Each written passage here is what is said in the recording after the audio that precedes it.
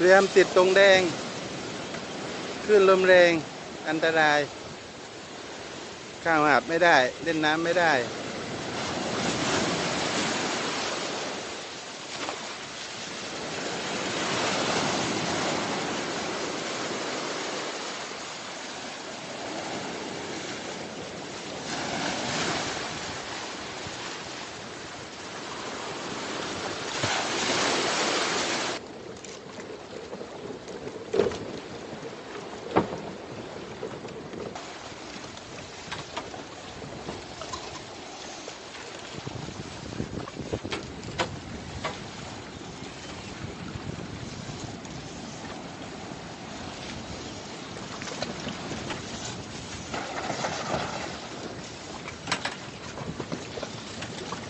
คลื่นลมแรงติดตรงแดงแล้วครับ